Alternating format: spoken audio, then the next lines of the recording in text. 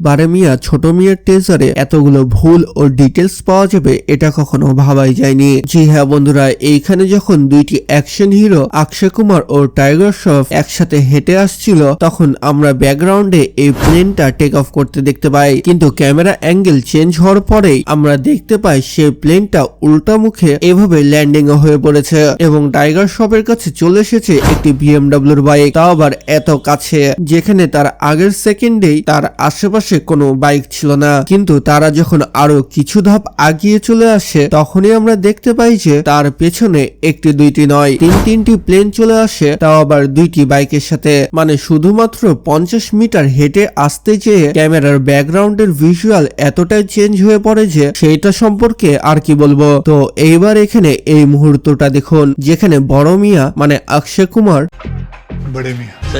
এবং ছোট মিয়া মানে টাইগার শ্রফ রানওয়েতে বাইক চালিয়ে যাচ্ছিল এবং তাদের মাথার ওপর দিয়ে এই এয়ারক্রাফটটা উড়ে চলে যায়, যেটা দেখতে সাধারণ মনে হলেও এটা কিন্তু একেবারে অসাধারণ। কিন্তু এখানে আপনারা একটা জিনিস ফলো করেননি যে উপর থেকে যখন আমরা দেখতে পাই তখন তাদের হাত দুইটা ছিল বাইকের হ্যান্ডেলেই, কিন্তু যখন ক্যামেরা অ্যাঙ্গেল চেঞ্জ হয় তখনই আমরা দেখতে পাই যে তারা হাত ছেড়ে দুই হাত আকাশের দিকে উঠিয়ে বসে আছে। তো এই মুভিতে একটা ডায়লগ বলে যে बच के रहना हमसे, हिंदुस्तान है हम। তো টাইগার শ্রফের অনেক মুভিতে আমরা দেখতে পাই সে একাই যে পুরো একটা দেশকে হারিয়ে দিয়ে চলে আসে, মানে যেমন বাকি 3-তে একাই সে যে নিজের ভাইকে বাঁচানোর জন্য পুরো সিরিয়াকে উলটপালট করে দিয়ে চলে আসে। তো এই মুভিতে সেরকম কিছু দেখতে পাবো না বলে আশা করি, কারণ এই মুভিটি টাইগার জিন্দা হে সুলতানের মতো বড় বড় হিট মুভির ডিরেক্টর তৈরি করেছে। তো আশা করা যায় এখানে অ্যাকশনের সাথে সাথে ইমোশনও থাকবে এবং অ্যাকশন অতটা বেশি গ্র্যাভিটিহীন হবে না। আর এটা আরো ভালোভাবে বোঝা যায় কারণ এই মুভিতে অক্ষয় কুমার ও টাইগার শ্রফ বাদে চারটি হিরোইন রয়েছে যাদেরকে এক মুহূর্তের জন্যও টেজারে দেখানো হয়নি। টেজারে শুধুমাত্র সেগুলোই দেখানো হয়েছে যেগুলো আসলে ইম্পর্টেন্ট। জি হ্যাঁ বন্ধুরা, এখানে 4টি হিরোইন বলতে রয়েছে মানসী ছিলার, আলিয়া, সোনাক্ষী সিনহা ও জাহ্নবী কাপুর। এই 4 জনকে দেখতে চলেছে আমরা এই মুভিতে। আর ভিলেনের রোল প্লে করবে পৃথ্বীরাজ সুকুমারান এবং টেজারের শুরুতে শুধুমাত্র পৃথ্বীরাজের যে ভয়েসটা শোনা গেছে সেটাতে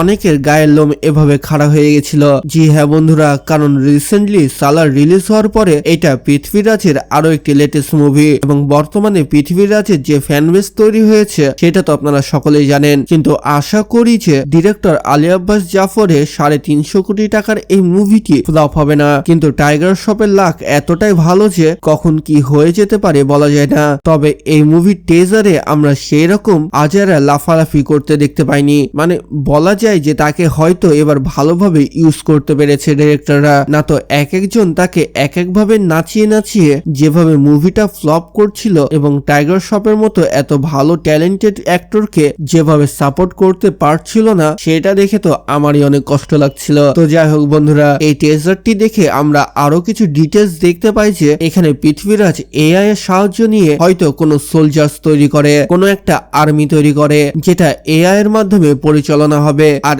এইগুলো হয়তো হবে সুপার সোলজার্স যাদেরকে মারা একেবারে টাফ হয়ে পড়বে। এবং পৃথ্বীরাজের ডায়লগ অনুযায়ী আমরা জানতে পারি যে তার ইন্ডিয়ার সাথে অনেক বড় দুশ্মনী রয়েছে, যে কারণে সে ইন্ডিয়াকে একেবারে খতম করে দিতে চায়।